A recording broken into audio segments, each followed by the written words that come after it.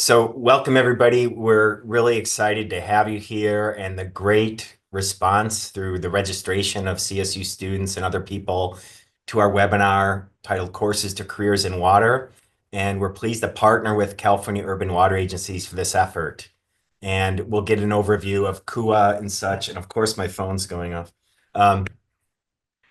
So next slide, please. We'll go over the agenda and what we're going to have in store in this action-packed 50 minutes or 1 hour. So I'll do a quick intro and overview of CSU Water and what that's about, and then I'll hand it over to the leaders in CUWA.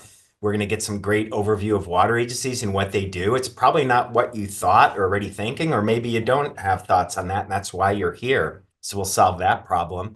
Then we'll have breakout sessions highlighting messaging to you students and your opportunities for questions and exchange with some experienced people and some more near career type people in those sessions. And then we'll have a slide listing some exciting internship and job opportunities with the CUWA agencies. And then we'll close up with some next directions. So we're not just going to meet in this room in this webinar and leave it from there. We'll have some follow-up to foster these connections we're going to pack into this hour. Next slide, please. So kicking it off for CSU Water, partnering with CUWA in this effort, I'm Steve Blumenschein, the Executive Director of CSU Water. So I work within and for the CSU system, the California State University system and its 23 campuses in the Chancellor's office in Long Beach. And what we've created with CSU Water in our branding is to be a connector among anyone involved in water and everything that falls under the water purview in the state of California and even beyond. So we're in a great position being based in the CSU to connect the tens of thousands of faculty, the nearly 500,000 students, and the stakeholders throughout the state to do things like career promotion like this and awareness of water and water issues and how important they are. So we're a connector between academia, industry, government, and just about anything else you could think of. So this webinar is an exemplar of one of our themes for this academic year. That's Courses to Careers, and that'll pop up in some other places I'll cover in this opening and at the closing. And we're already having this theme in place. So it was great to see last November when Chancellor Garcia of the CSU declared a goal for the CSU focusing on careers, not just degree awarding. So where do those degrees go? So it's very forward-looking, and this effort falls right within that revisioning for the CSU system. And more broadly in California, this kind of effort fits perfectly well with the master plan for education for the state, very forward-looking. And so through CSU Water, we have access to the nearly 500,000 students, and we do a bunch of webinars, various forms of education, training, and experiences in conjunction with our administrative structures in CSU Water and the faculty and administrators in our big system. So one thing we created not too long ago was a SOURCE student group, and we like punny acronyms. So it's CSU Water SOURCE, which spells out Student Outreach Unit for Research and Career Education. If you're not already in SOURCE, I'll give you a link to join our group at the end of our event today. And also encourage everyone here, not just the students, but the CUWA staffers and entities to join us in our April conference this year. It's our annual CSU Water Conference. Courses to Careers, Bridging the Gaps. That'll be at Sonoma State University, April 10th and 11th. You should have already received information. If not, we'll do another push very soon. Next slide. So for CSU Water, how do we work with water agencies that fall under the CUWA umbrella, for example? So we could promote their scholarship and internship and apprenticeship programs, which they're very eager to share with people like yourself in the room, the students, that is. And then CUWA agencies, we talked about this in the August board meeting where I shared a lot of ideas with you. And that we could get materials about what you do, some problem solving sets or issues that could be easily folded into the curriculum at the CSU campuses. And we could foster that through faculty experts. So that's some good momentum and some solid messaging that we could take beyond events like this webinar. So there's also sponsorship opportunities for further connecting the CSU students with the CUWA agencies and others. So there's our water professional interview series, which I mentioned at the beginning, our SOURCE student group, and our annual conference networking event. So we prioritize any sponsorships or contributions to that would go to the SOURCE students within the purview of CSU Water. And I want to point out on the left there some pictures of events. And another hat I wear is I'm on the board of trustees of the Aqua Foundation, which was created about 2.5 years ago by former Aqua president Pam Tobin. And that was to address workforce issues in the broader Association of California Water Agencies umbrella, which serves about 90% of the people in the state through their collective nearly 500 agencies. So one of our first major activities in the CUWA Foundation was to create a scholarship program. So in the fall of 2023, we rolled out 4 $10,000 scholarships and 4 $2,500 scholarships. And two of the awardees are illustrated here. On the top is Ireland McCall, who's doing great work at the interfaces of climate, ag, and water use. And at the bottom is Marlene Ortega, who's been a really great presence, and she's on the executive committee of our Source Water Group.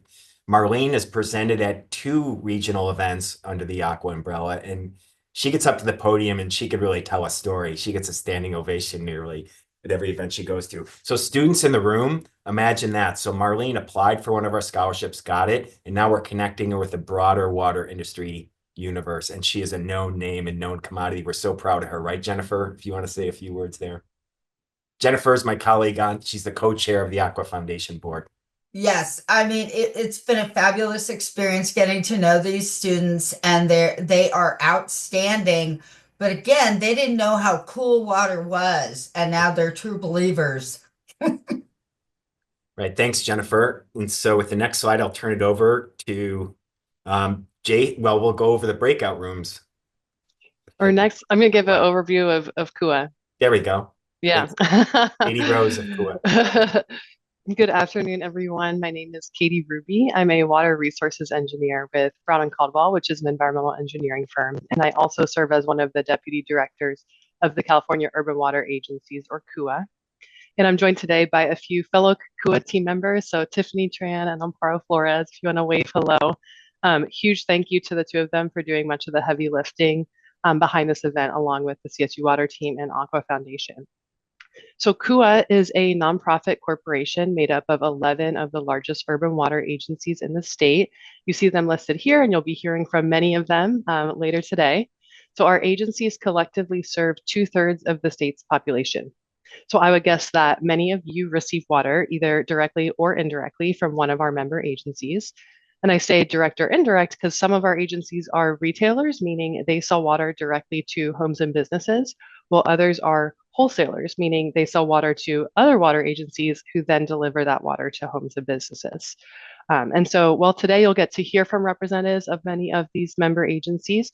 I wanted to share a little bit about what brought them together through CUWA. So CUWA's mission is to provide a unified urban voice for urban water solutions that keep our environment and communities thriving.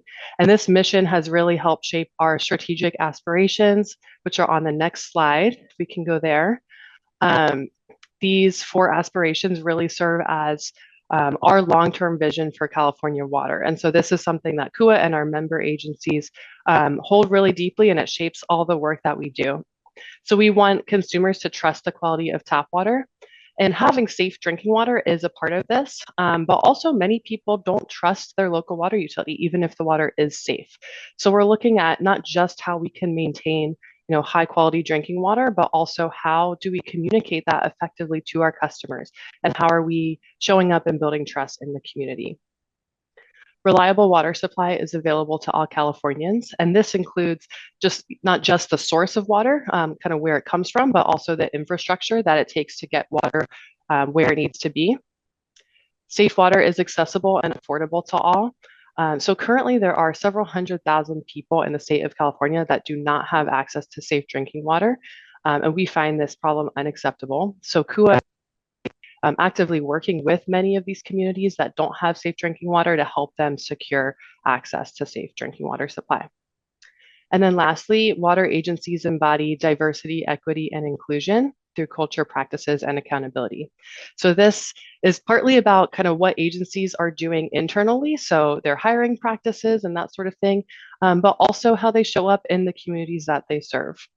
So today, I hope you come away with an appreciation for the purpose-driven nature of the work that water agencies do, and an understanding of the diversity of careers that our industry offers. And so now, as we go to the next slide, I'm going to pass it over to some of the senior leaders of some of our co-member agencies to share a bit more about the challenges and opportunities in their region and how they see kind of the incoming workforce able to support them. That's great. Thanks, Katie. And I fully expect you to nudge me along if I'm going too long, but I'm the first of three folks that'll talk to you all. And we're super excited to have you all join. And we're really excited to kind of pull back the veil a little bit and give you as much insight as we can in a pretty short time together.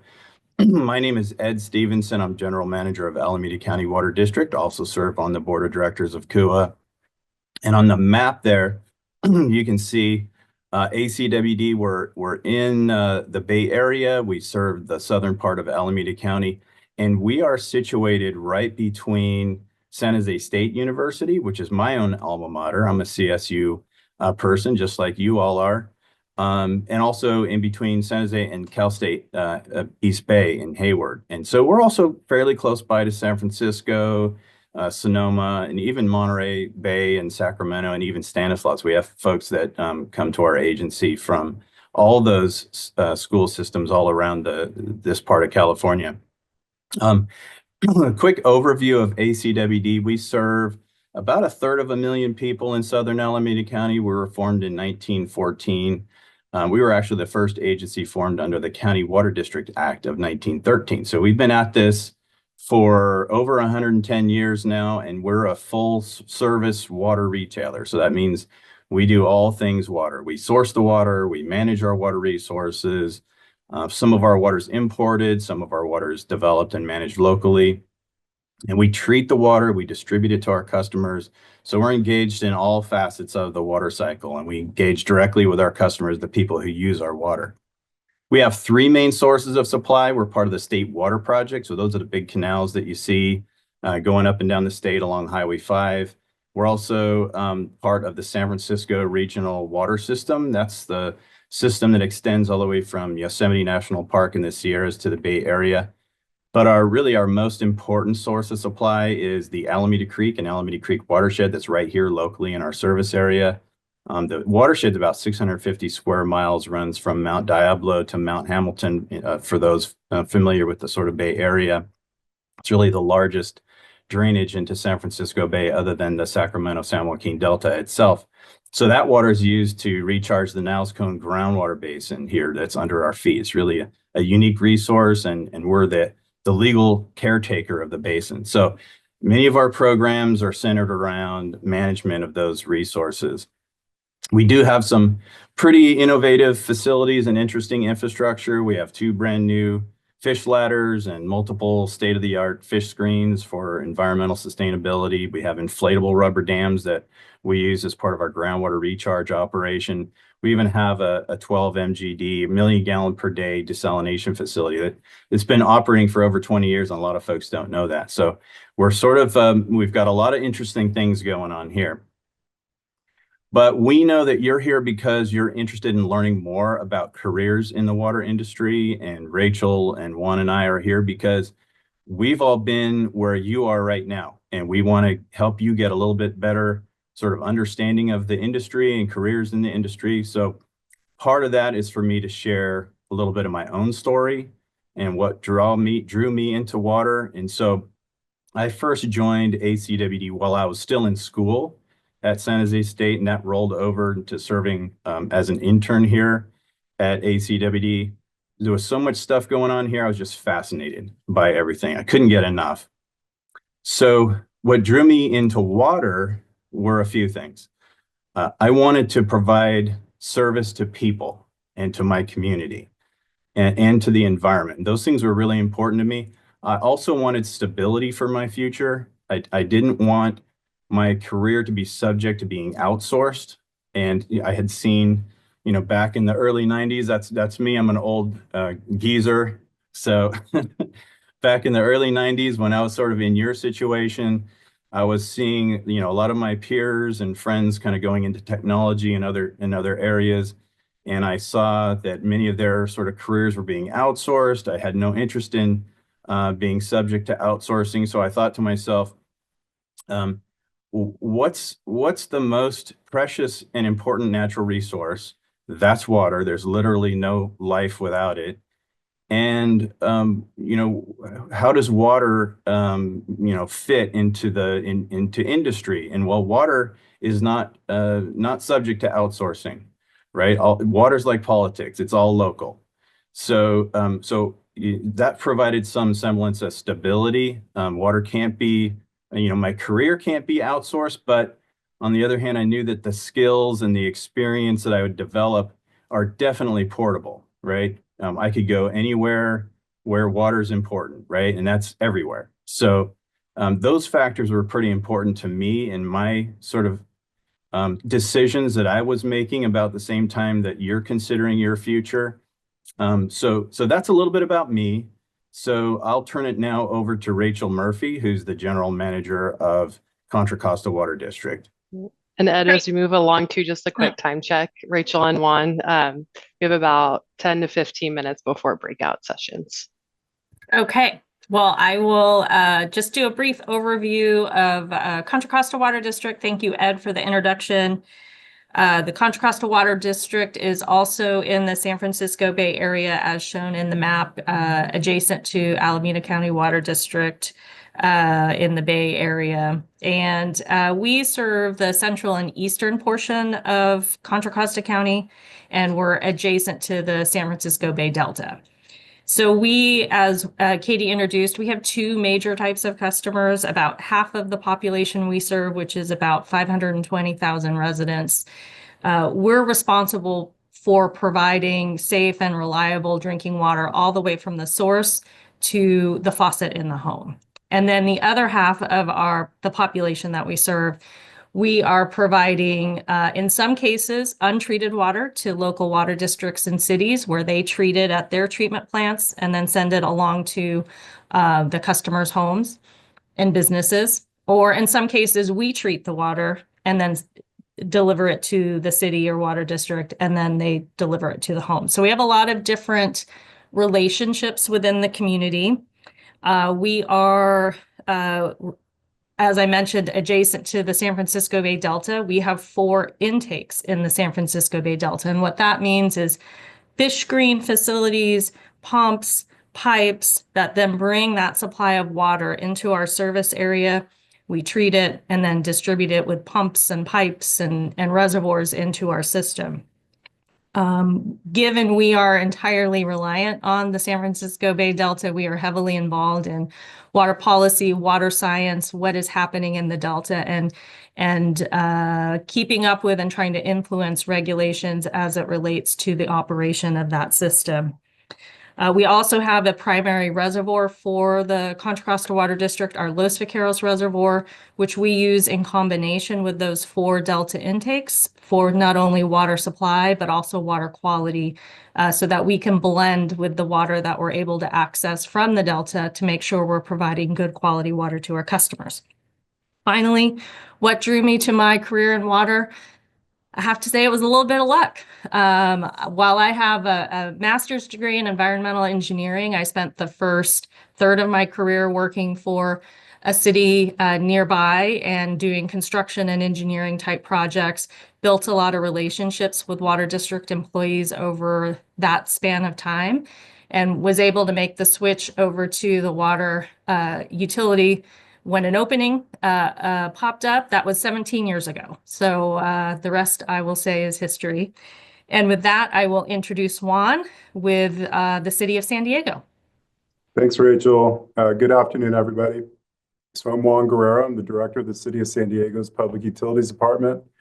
And as a large municipality that differs a little bit from some of the special districts that you'll come across throughout your careers, the city provides obviously a wide range of services: police, fire, protection, parks and rec, transportation, all those things. And the Public Utilities Department specifically provides drinking water services to the city's 1.4 million residents, but we also provide wastewater services for not only the city's 1.4 million residents, but also regional customers that are 15 other smaller agencies for a total of 2.3 million wastewater customers.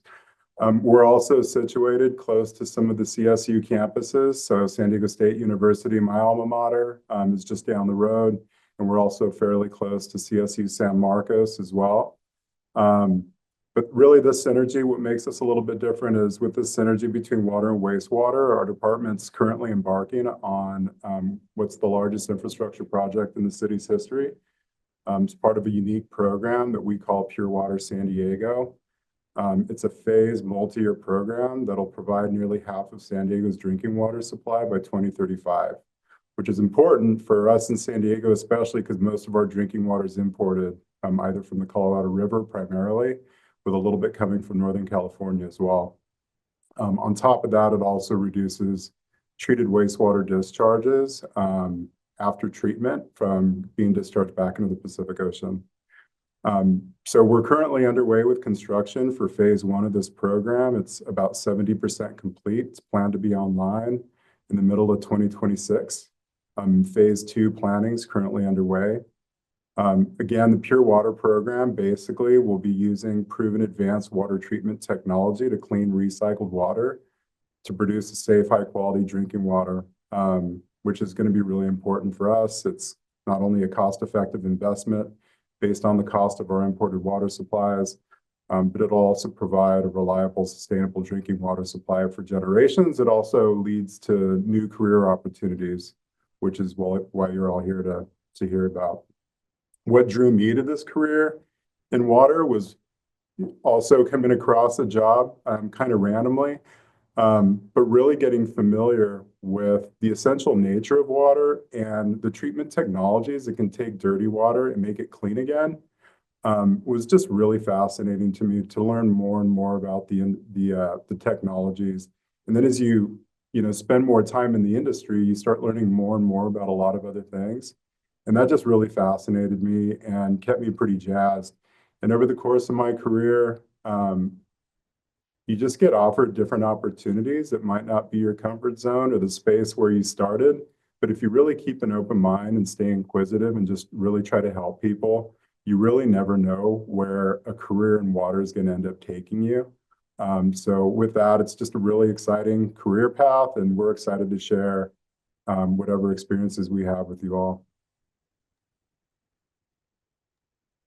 Okay, so I think we move on to the next slide and just kind of take a stab at a specific kind of question about the industry, what types of career opportunities exist, and what are the entry points. So I think you'll note that all of the larger agencies, water, wastewater, they're all going to have a need for good engineers, scientists of many stripes, chemists, hydrologists, hydrogeologists. There's going to be, technicians.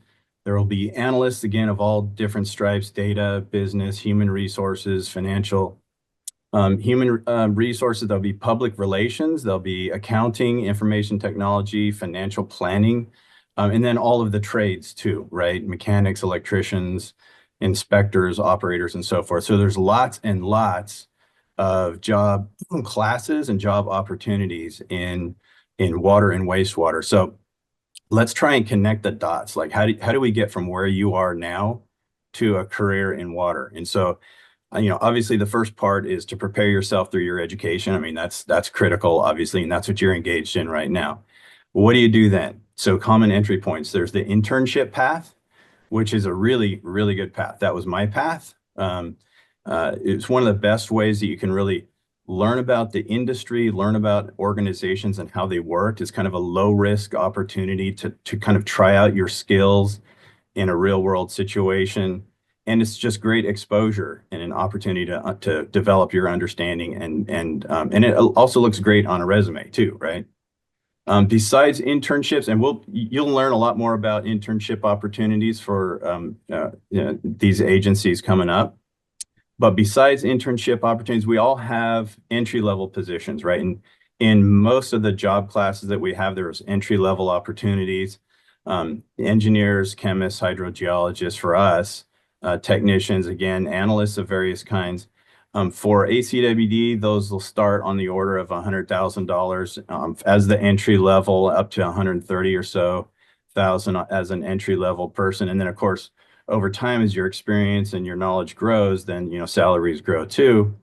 But as was mentioned earlier, it's not just salaries that make our industries competitive. We also have really important, especially as you get further advanced in your career, you start thinking about things like retirement. We've got really good benefits overall, in addition to salaries, right? Retirements, we have good healthcare benefits. We've got good educational reimbursement packages, work-life balance programs, and there's lots of other benefits to working in public service in the water and wastewater industry. So I think we know that the industry is competitive, and we try and make sure that we're competitive too. But we all also want you all to look back 15 years from now, say, hey, that was a great move, you know, going to work for that agency. That is an objective that we have.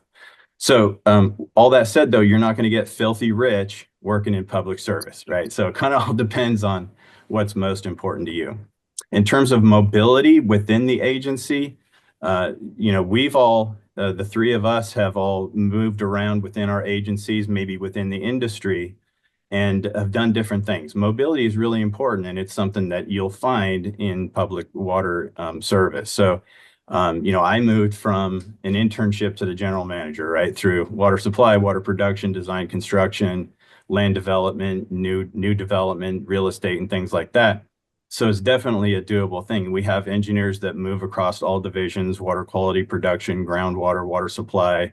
We have public affairs people that have become technicians and office assistants, and we've had people move from purchasing to finance and engineering to finance. We even have an administrative analyst in our finance department working on, you know, some pretty big district policy issues, working on strategic planning, working on affordability initiatives. And that's Ethan Birch, who some of you will meet in a breakout session. Incidentally, he and I were talking this morning, and he said, hey, nice tie. What a great way to identify with students in the CSU system. So nice job, you old geezer. And I said, okay, thank you, Ethan. But so let me go ahead and pass it on to Rachel. Thanks. Rachel, sorry to keep jumping in front of you. If we could maybe go to question 2 and then shift to the breakout groups, because you all have kind of touched on some of the other talking points already. Agreed. Okay. And so I will kick this off of the upcoming challenges for the water industry in the state, and what opportunities do these challenges present for the entering workforce. So a lot of what we talk about amongst the CUWA agencies and outside of the CUWA agencies is that we need to continue to be making new investments in resilient water supplies, making sure we have enough water and a diversified water supply. Juan certainly hit on a lot of the work, for example, in San Diego. We need to be increasing our investments in infrastructure renewal and keeping up with the upkeep of all of those moving parts and pieces and treatment facilities, and then having a workforce, sufficient workforce that is ready to plan and permit, design, construct, and operate all of these things. And those water supply projects can take many, many years to plan and permit and fund and get through the process. And a lot of the projects that we're talking about today are, you know, based on our analysis and judgment, and a lot informed by the past. And I think when I look to the future, I know that the next 100 years are going to look a lot different than the hydrology of the last 100 years. And so inviting and seeking a workforce that is interested in researching and piloting and thinking innovatively is really what the industry is going to need to tackle the challenges for the future, because the past is not going to be the exact blueprint that we're going to keep following to provide water to the state of California. And Juan, I'll hand it over to you. Okay. Should I just touch on question number 3? I think, or... Sure, we can go to question 3, although we hit it a little bit, unless there's any other challenges you want to highlight. No, I think you hit the nail on the head. You know, with all the projects that we have coming towards us, there's going to be a lot of opportunity within the water industry. You know, some of our vacancy rates range from 10 to 20% vacancies, which is opportunities for you all to come in and have an impact. And as Ed mentioned, mobility within these water organizations is really flexible. I mean, you can come in as an engineer and get experience in operations, and then all of a sudden you could be in planning and the management. There's just really a lot of opportunities. So our challenge is really, to convince you all to commit to the water industry and stay in it and help us out. Touching on question 3 here, when you do get into the water industry, some of the key benefits are you're serving the community, an essential resource that's needed for life. Public safety is critical to keep everybody within a community safe. Police and fire are always top of the list, but none of that stuff happens without water. People don't live within regions without water. So you're really providing an essential resource for the community. The other thing, when you're working for a public agency specifically, that I really enjoy in my role is you're really in the driver's seat. We all work together within the industry with regulators, with consultants, with you name it, NGOs, with you all, to help improve our utilities' ability to provide those services. But you're really in the driver's seat when you're working at a utility and you're making the decisions that'll directly impact the community. So you're really on the front line. So I can't stress that enough. As far as job satisfaction, that's something I get a lot of pleasure out of. The other thing with public agencies that we all talk about quite often is just the work-life balance. When you're working for public agencies, you're local, usually living near the utility. So if you start a family at some point, you're coming home most nights. You might have to travel here and there. But when you're really working at a specific utility, you have that benefit. Sometimes public agencies, they can't offer higher starting salaries. We can't offer bonuses. So we make that up by offering additional time off, whether it's holidays or vacation time or flex time. And as Ed mentioned earlier, we have really good benefits too. Often, especially when you're just coming out of college, the first thing you're focused on is your salary and the salary rate because you got bills to pay. But don't be mindful of the other benefits that are there, such as the retirement benefits. And while retirement might not be on your mind right now, you'll appreciate it in 10, 15 years, where you are and all that stuff. So just really be mindful of all that stuff. But yeah, any help we can get within the industry, whether it's public or private, you're all part of the team. But those are some of the key benefits of being with a public agency. Yeah, and I'll just add one other thing on this last question. There are different kinds of public agencies. I didn't know much about that when I was in school and in your situation, but there are different kinds. There's municipalities, there's state and county governments, there are special districts of lots of different stripes. I really encourage, if you're interested in public service, I really encourage you to learn about the different kinds of public agencies. They're very different. And one type of agency or career might better align with your interests and your priorities than others. So there's a lot to learn there. All right, now I think it's time to pivot to the breakout sessions.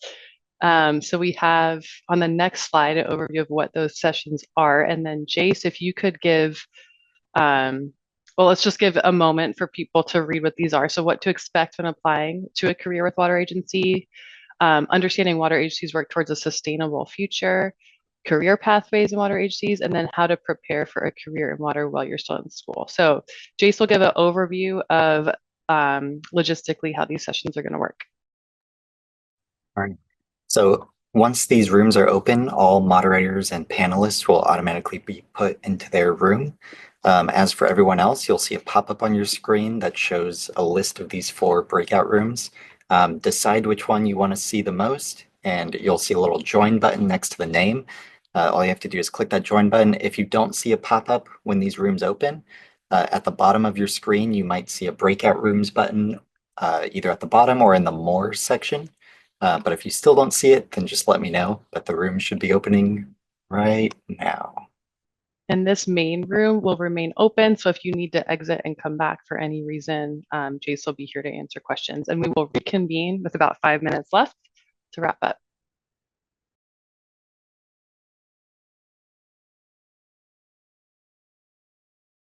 And once I got in the door, this whole world of water just kind of opened up to me. I'm a newcomer to the industry, so I've only been in the water industry about 10 months, and I still have so much to learn. But just seeing how East Bay Mud manages our water source and the land around it, it makes me feel like the work that I'm doing is contributing to the greater good of society. And I'm just really proud to be part of a company like this. And now it wasn't easy to get my foot in the door.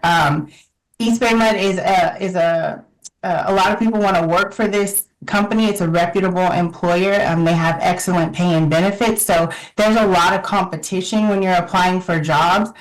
So it wasn't until my third time trying that I was able to land the role. But, you know, for entry level positions, like in the trades and some engineering roles, it might take even more than that. So it wasn't easy to get my foot in the door, but it is worth it to keep applying and trying to get in. And I'm just really happy to be here. Thanks, Sylvia, and thanks for also sharing that message of resilience and persistence as well, too. That's going to segue straight into Joanna, who talked about her resilience and persistence as she's been pursuing her degrees. And so, Joanna, can you share a bit about what first attracted you to the water industry and how you got your foot in the door? Yeah, so I actually began as a mechanical engineering major and then had no idea what I wanted to do and switched to civil engineering because I got a job testing backflow preventers. So just putting it out there that you can switch your major in college. Don't be afraid to do it and take that chance if you feel strongly that what you chose is not what you want to do. I then got my foot in the door with an internship at the Metropolitan Water District.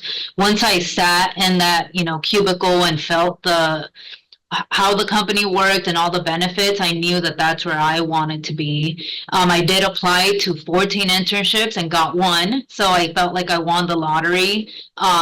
And everybody wants to work for a public agency. So even though I worked for them for a year, I didn't get a job right away. So I worked for a year for a private contractor, and then I got a call back a year later. So don't give up. Know that, the processes are slower and on this side because we do have very strict procedures to hire. But once I got in, my career has just gone a lot of different ways with the water district. And I say you can do whatever you want once you work for one of these agencies. You see what the possibilities are, and you can choose that path for 5 years, 10 years, or for the rest of your career. Thanks, Joanna. And for the sake of time, I see we have 5 more minutes left. I'm going to just breeze through these questions and really take us to our internship opportunities that are open. We have several internships that are opportunities here from other agencies. So Joanna, do you mind sharing what opportunities you currently have open here at MWD? Yeah, so right now the co-op internship program that we have open is in the water quality section. So it's for more a chemistry student, and it does close today at 5 p.m. We also have engineering co-op internships, so those actually closed last week. So if you're still in school, keep an eye out next year. That will be available a year from now. But Metropolitan has this co-op internship program through Cal Poly Pomona. So when you click on that link, it'll take you to Cal Poly, but it is for Metropolitan. Thank you so much. And Amir, I'm going to ask you to briefly and quickly talk about the internship opportunities that you have for ACWD as well. Or Ethan, if you'd like to share the opportunities as well too that you have at ACWD, either one is great. Sure. So as you can see the links provided, right now we do have a water production intern and water resources department intern. The water resources department has multiple positions, so I definitely check that out. I will say in the past, the lab has also had internships, although we haven't for a few years, but we are looking into bringing that back. So it's a matter of waiting and seeing whether we're able to add an internship position. So I highly recommend our internships. Very fun place to work. Thanks, Amir. And then I'm just going to do a quick push right here also. So Valley Water, our summer internship applications opened up on Monday, the 3rd of February. They will be closing on Monday, the 17th of February as well, too. So if you're considering a summer internship, I highly suggest that you also apply to Valley Water. We have over 40 positions that we're taking internships for. Really exciting opportunities there.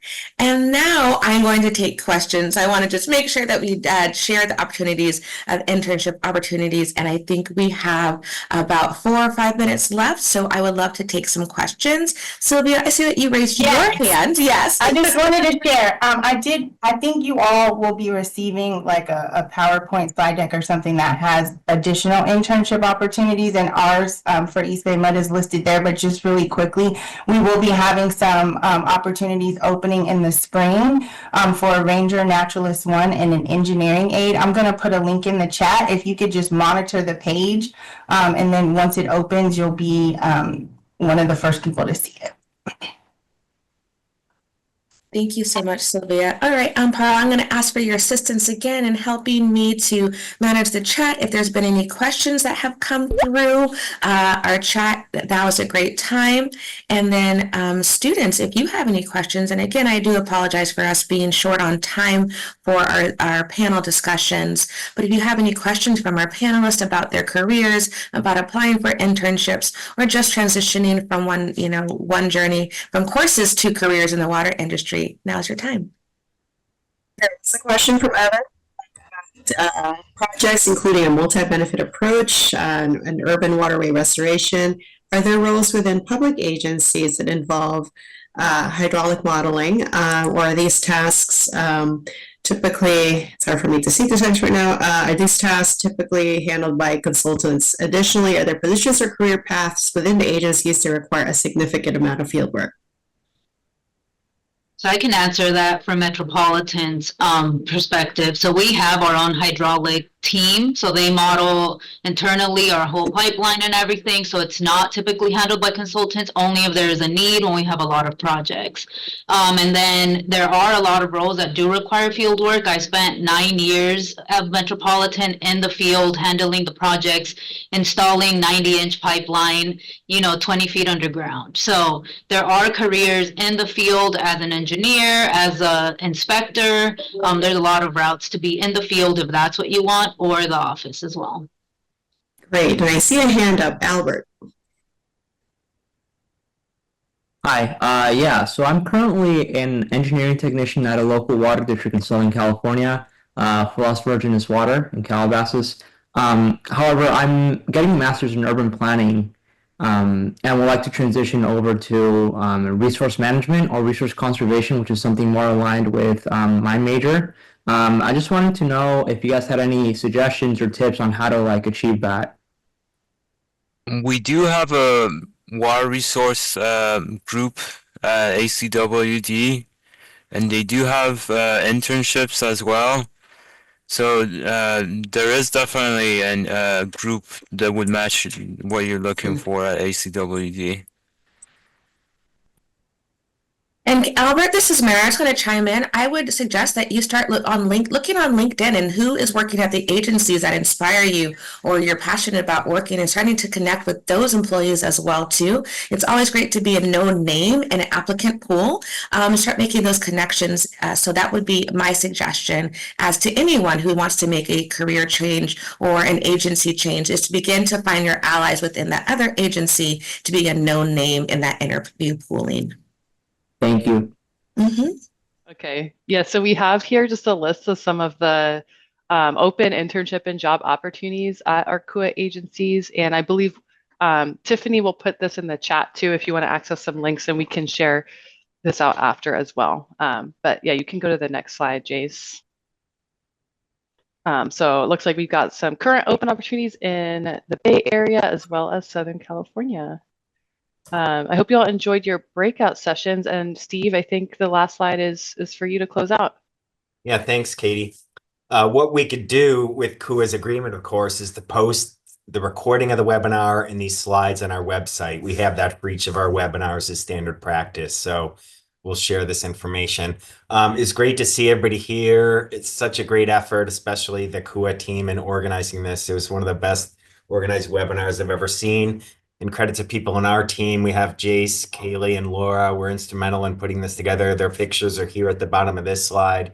We're going to be doing some follow-up in partnership with CUWA, with the students in the room, to see what you thought of this event, what you liked about it, and what more you'd like to see in this kind of event, outreach, and connection. And we're looking to create some partnerships with CUWA and CSU campuses via our source student group. The QR code on the right of your slide is the ability for you students to register for the CSU Water Source Group if you haven't already. And there we'll have more direct links with visits to the water agencies, for example, internships, education, and other opportunities. And overall, we'd like to encourage the students to stay in touch. If not with CSU Water, then your campuses, maybe your advisor or your department or your university about your career trajectory. So just for the CUWA folks, we saw from the demographics of our residents, most of the students in the room are going to be graduating very soon. And so they're workforce ready. And something I could say at least is that the CUWA agencies are a very safe landing spot for those entering the workforce. Look what happens what's happening in the federal government. Consider these CUWA agencies as a safe landing spot to start your careers and thrive. So any last words from the CUWA side before we break out? Yes, I would like to apologize. I'm being like kind of text limited, so they are rolling in kind of choppy, but we are going to be pasting those opportunities in there, and it'll come as a follow-up as well. Like as Steve mentioned, and so you'll get them, and I also am going to be pasting some resources for scholarships in the water world as well. And so follow the chat, but also it'll come out in a future email. And always feel free to reach out to any of the panelists that you spoke to today. Really exciting opportunity for us to connect to students, and we appreciate you for showing up. Thanks everyone involved. This great event, great to have it, and we'll do some follow-up to keep the momentum going. Thank you, everyone. Thanks. Have a great day.